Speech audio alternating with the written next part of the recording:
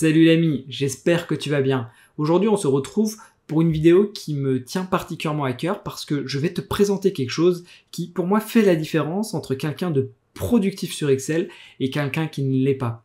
Ça va peut-être te paraître un petit peu gadget, mais aujourd'hui je vais te parler de raccourcis clavier qui te permettent de te déplacer dans un tableau et de sélectionner tout ou partie de ce tableau pour y effectuer des tâches. On peut se dire que c'est pareil de le faire avec la souris ou les raccourcis clavier, mais que nenni.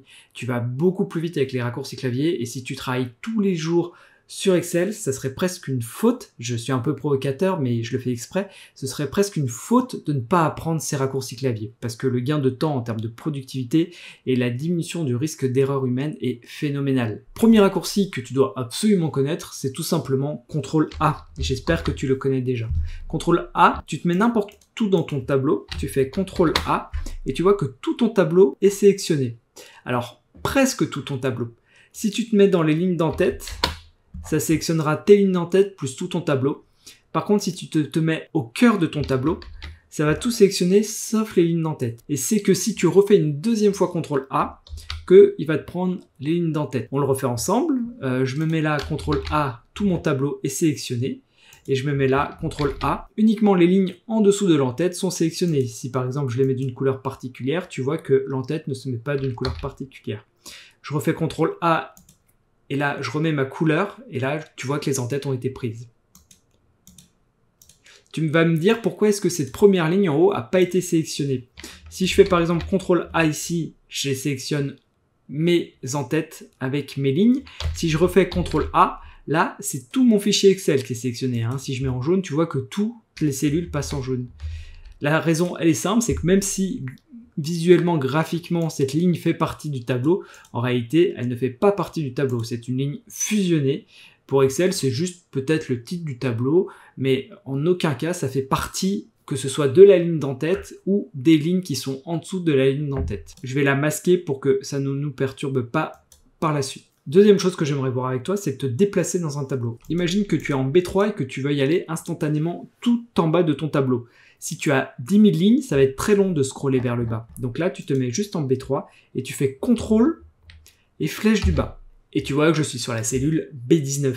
Maintenant, toujours en tenant CTRL, si je fais CTRL flèche de droite, donc droite c'est par là-bas, à ton avis, qu'est-ce qui va se passer?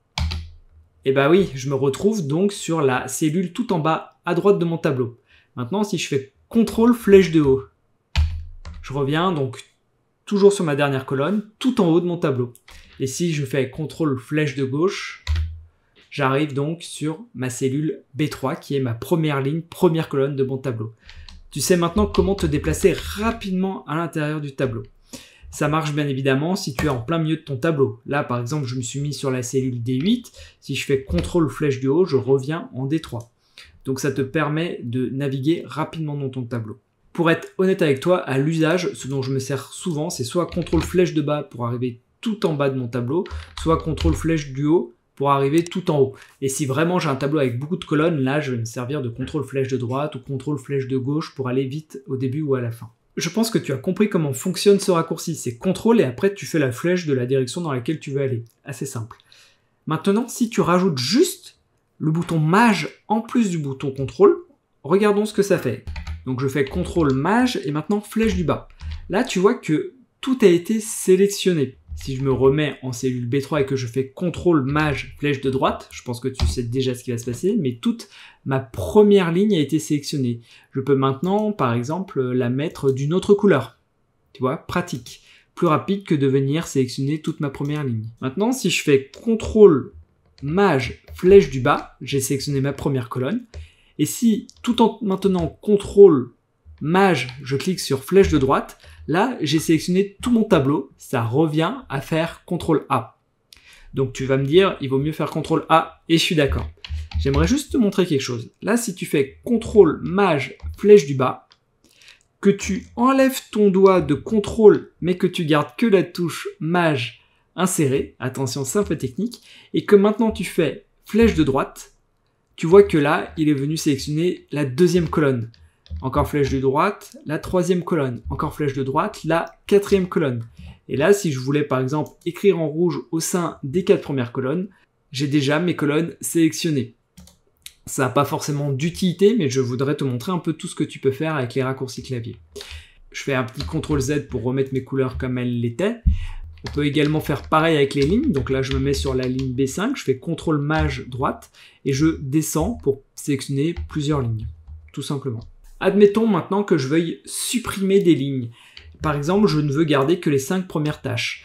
Donc tu vas faire CTRL Maj droite, ensuite flèche du bas. Donc là, tu as sélectionné tout le bas de ton tableau et maintenant tu n'as qu'à faire CTRL- pour supprimer toutes les tâches qui sont au-delà de la tâche 5. Et c'est pareil avec les colonnes. Par exemple, si je veux supprimer la colonne priorité parce que tout est prioritaire, je me mets en C3 et je vais jusqu'en bas et je fais CTRL- et ma colonne priorité est partie. Voilà donc pour ces raccourcis. Moi, ce que je t'invite à faire, c'est d'essayer de les utiliser tout simplement. Force-toi à ne pas prendre ta souris et juste à faire avec les touches du clavier et tu verras à terme que tu seras beaucoup plus rapide. J'espère que cette vidéo t'aura été utile et je te dis à bientôt pour d'autres vidéos. Ciao!